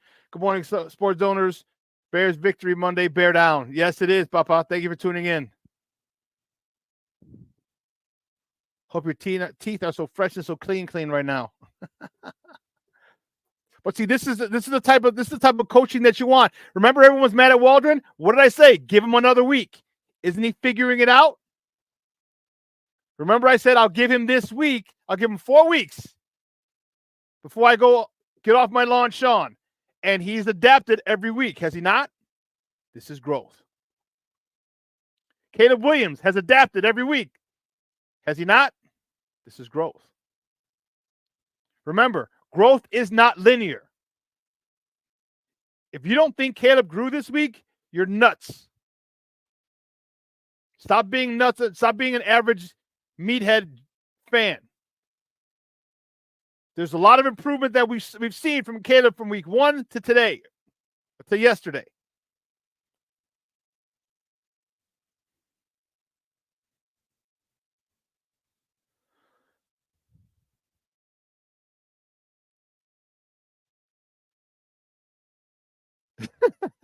King Booker World says, Shawn, you called it about Waldron. I no longer want to clothesline him.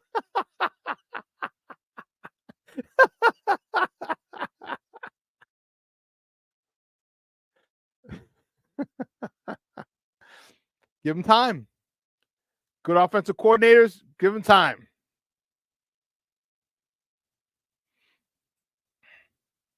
Foulmouth Chris, what's up? Chris Edgerton says, I'm glad the Bears finally took my advice and made Caleb a game manager until he's ready to win us games. It takes time, people. Yeah.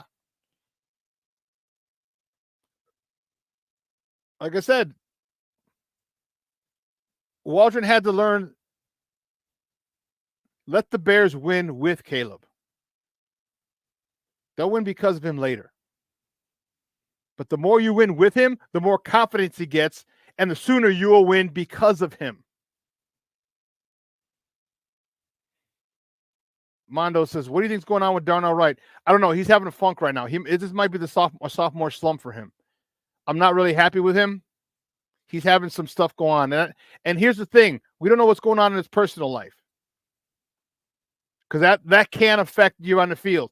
Most people think, and I know for me personally, whenever I was having something personally going on in my life, I took it out on the football field. God, I took it out on the football field. Some people, it affects the way they play. We're all different. But Darnell Wright hasn't been as dominant. But also, let's not forget, people are getting film on him, too. They're understanding what he does. One of the things that I saw, one of that defensive end last week when he gave up the sack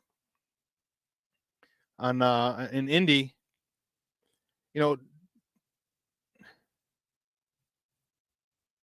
especially on pass routes, he likes to jump and attack the defensive lineman as opposed to kick stepping. He'll lunge out and attack you. Defensive lineman saw that. He saw that he jumps out. So in one of the plays, he jumped out, he stepped back, swiped his hands down, went right around him. You're getting film on him now. So now you have to adjust.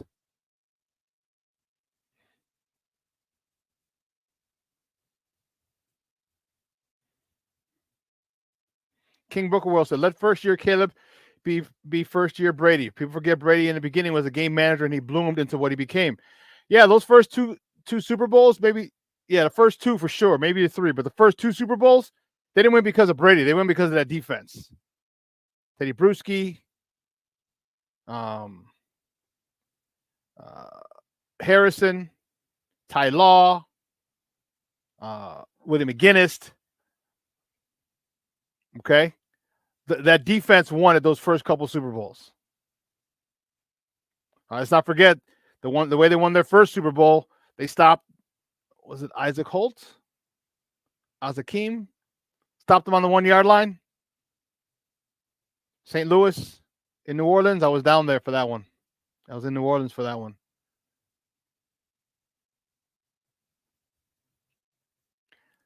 Foulmouth Chris, what's up, Papa? I said, Superback was good, my brother. I have to get you back on the podcast. Yeah, that'd be great, bro. Hit me up. I was just talking with your guy the other day, man. I was just talking with him. He was like, oh, you got no love for me? I was like, shut up, dude. Oh, man, that was funny. That was funny. Yeah, he reached out to me the other day. And yeah, that was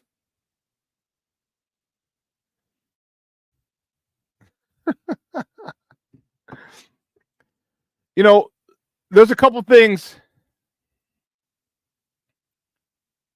Yeah, Chris says we have to do something about Braxton Jones. He's still having a problem with the bull rush. We got to find a way to get the rookie from Yale some reps. Verse was killing him. Yeah, Jared Verse was on one yesterday. Jared Verse should be the defensive player of the week if it wasn't for those holding calls. 2 holding calls and another one. I think he actually had a sack, but he would have ended up having three sacks.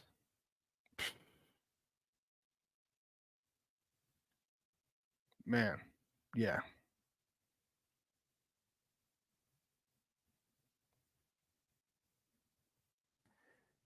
Yeah, Chris says T. Nick's hilarious. Yeah, he was. Yeah, he was funny. He was getting at me. But yeah, so listen, I'm okay with it. I'm okay with yesterday's victory. All right. And here's the one thing. Listen, guys, how many of us are Sox fans here? Okay. And what's the biggest thing about our Sox that we talked about? Their lack of development.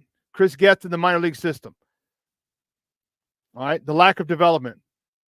Development doesn't take a day. Development takes time. And for every single person, it's different. Every single offense, it's different. Every single offensive line, it's different. Every single team, it's different. So, and this is why I tell you to look at the positives. You're always going to find negatives. You can find negatives with the Chiefs. The Chiefs are back-to-back Super Bowl champions, and you can find negatives with them. But let's look at what we're doing right. Let's look at what we're doing better. Let's look at those things. We can point out what we need to work on, but let's look at what's gotten better. That's the important thing. What are we getting better at? Well, Caleb is checking the ball down. All right. He's hanging in a pocket. Sliding. You know, there's going to be an issue. I'm tired of motherfuckers jumping over quarterbacks and hitting them. All right. Some dude jumped over Caleb, hit him in the process. It wasn't a vicious hit. It wasn't a mean hit. No. He actually kind of just nicked him. But once he slides, he slides. Stay the hell away from him. You cannot touch him. You don't even have to tag him. He's down. I'm tired of that stuff. It happened tons last year with Justin, and it's happening still this year with Caleb. Stop it. They have to protect our quarterback.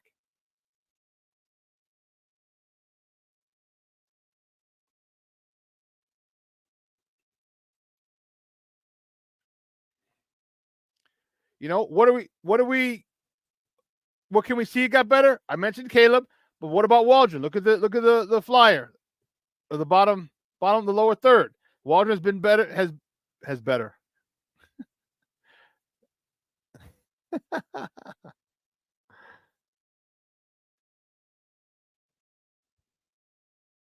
There. Waldron has been better after leadership meeting. Yeah. Remember, give him a month. Yesterday was a month. That was 4 games, 4 weeks. Okay, 4 weeks. There's adjusted. And here's the thing. I know we're clowning him a little bit about the leadership meeting, but isn't that adjusting? Isn't that saying what I'm doing is not working? Let me talk to some of these players and find out what we need. Isn't that adjusting? Isn't that what we want? And we can clown him all we want. And I did as well. But Shane's a different person. He might not be an in-your-face type of coach. Okay, and maybe he needs to be more assertive, is what it sounds like. But that's growth. That's growth. When you put that aside, say, okay, and you talk to the people that you're superior, your subservience. I shouldn't say that. The people underneath you that you're in charge of. When you ask them what their opinions are, that's growth. That's being willing to change. And what do we talk about Shane Waldron? His ability to adapt. Remember, he adapted with Russell, from Russell to Geno, now from Geno to Caleb. Foster, I agree. Preseason is now over. It's October. The lack of hitting, the lack of contact, the lack of playing time, first couple of games of the week are like preseason. How many field goals do we have week 1? Because offenses couldn't score. How many field goals do we have? I think it was a record that broke last year's record in week 1 of field goals because offenses couldn't get it together. They just weren't in sync, which is why I complain. You hear me complain about these guys should have played in the preseason more.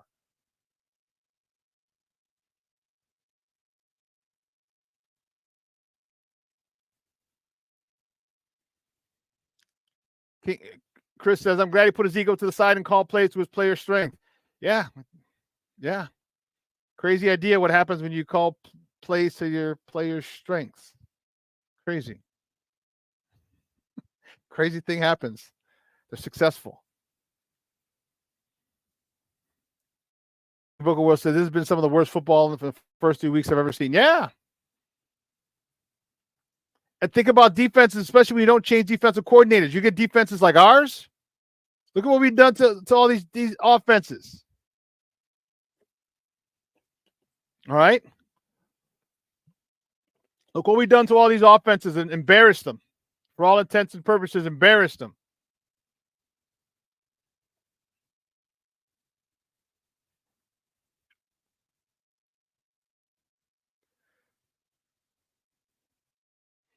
Continuity is a must, Foster. I agree. One of the things that I want to talk about was the third phase. Tory Taylor is that dude. Tory Taylor is that dude. Tory Legatron Taylor is Mr. Pin 'em Deep. Told you, I had a kicker. This is back in, when did we get Eric? I think we played with Bobby in 05. Then we got Eric in 07. 07 and 08. We went down to Florida with him. And to have so I know exactly how, like, I was not surprised at Legatron yesterday, because I had a punter for a couple of years on my Chicago Thunder teams that had done that. I told you about the story when I saw him warming up the first game, and I'm like, whoa, he had that ability.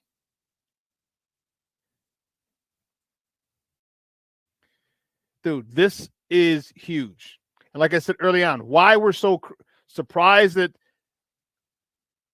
why Ryan Poles took this guy this way, let's not forget the third phase is so vital. So we forget Devin Hester, Gold. We forget Jerry Azuma before Devin Hester. We forget all these guys. The importance of that third phase. All right? You got guys, twice he pinned the ball at the 8-yard line. Twice. One was like a 66-yard punt that went out of the 8. Come on, man. What the hell is that? That's craziness. Craziness.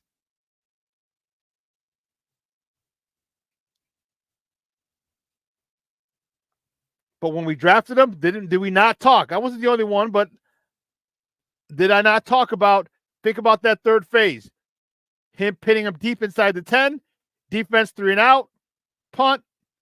We get a decent return. Now we're in plus side of the field. We got to go short yards for points. Now it's playing out. Now you're seeing the importance of it. You're seeing the importance of this dude. Say it again, King Booker World. Imagine having to drive 70 to 80 yards every damn series, every time. Hell, he's making it 90 plus, 85, 90 yards every series. Imagine how difficult that is for a quarterback. It's difficult for an experienced quarterback. Imagine a young quarterback or a rookie quarterback.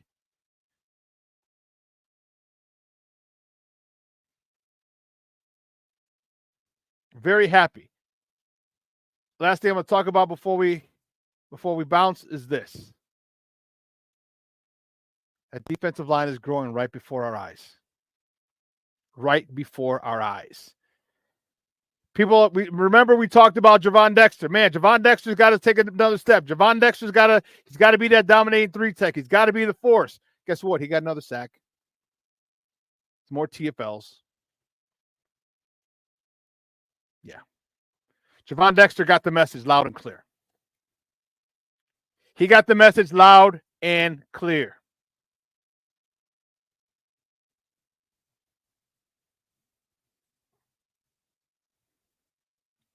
Get a tackle, an assist, and a sack. I thought he had a TFL too. I have to look in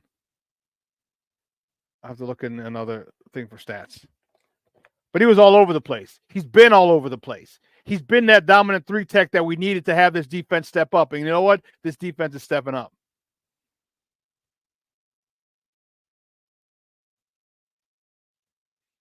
King Booker World, I like you. I agree with you.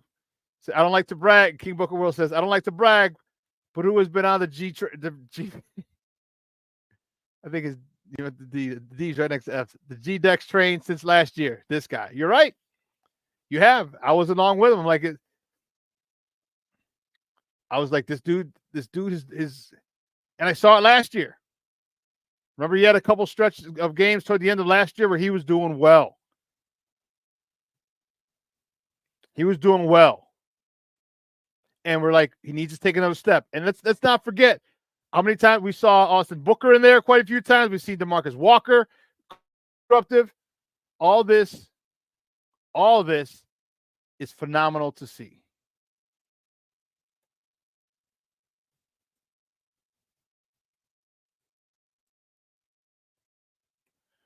I'll tell you what it is. Eric Washington effect. And it goes back to what I've said from Jump Street. Coaching matters. Coaching matters. The Eric Washington effect on that defensive line is awesome. Billings doing his thing again after his contract. Dexter really taking a step forward. Taking a jump. You know, is that his second or third sack of the season? Dexter. He's in there every game. Like, this dude's on track to have like a 10 to 12 sack season.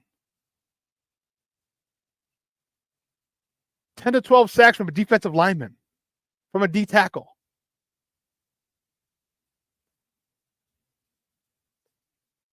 That messes you up big time. That messes you up big time. Let's see. Let's see what the stats are for G-Dex. And it was funny.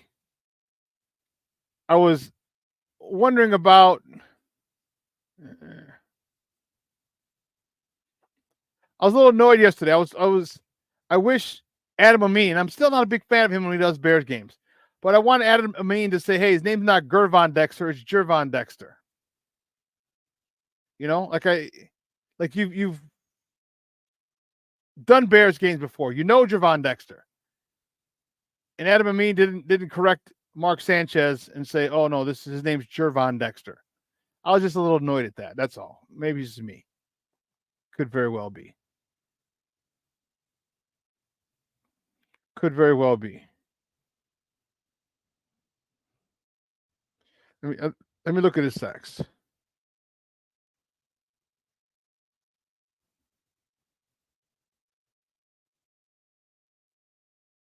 Let's see.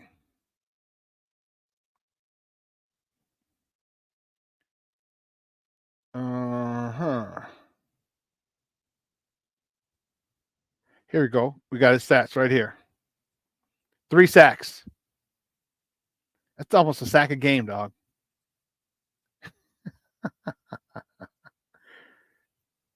If we go by quarters, he's gonna have 12 sacks. If we average them out, my man's gonna have 12 sacks. He's 7 solo tackles, 3. He's tied for 11 with 3 sacks. Yeah. He had a sack against the Rams. He had a sack. Tennessee a sack. Houston sack. He didn't get one against Indy, and he got one yesterday. This dude is a monster. Well, listen, 2 hours is come and gone. I want to thank everybody here for coming on and supporting your boy. Good stuff. I want to let you know we got some cool stuff. If you guys are in the Chicagoland area, we're setting up a viewing party. I was meeting with a guy yesterday. I should have some news by the end of the week. Come out, watch some football. We'll do a pregame and a postgame at the venue, but I'll give you more information. Should be the Washington game. All right. So I'll give you more information on that, where it is, what time, all the good stuff. But listen, guys, everyone have a phenomenal day. Happy House Music Monday, Bears Victory Monday. You see my Bears Victory chain. Have an excellent day. It's going to be nice and cool here in the Chicagoland area. Get out there, get a walk, get exercise. More importantly, let your loved ones know you love them. All right. Shoot a text, a voice memo, something. Get at your people. All right. So for everyone here at Sports Zone Chicago, this will air again at 6 o'clock. So for everyone here at Sports Zone Chicago, I'm your boy, the SuperBack, Shawn Sierra. Folks, I am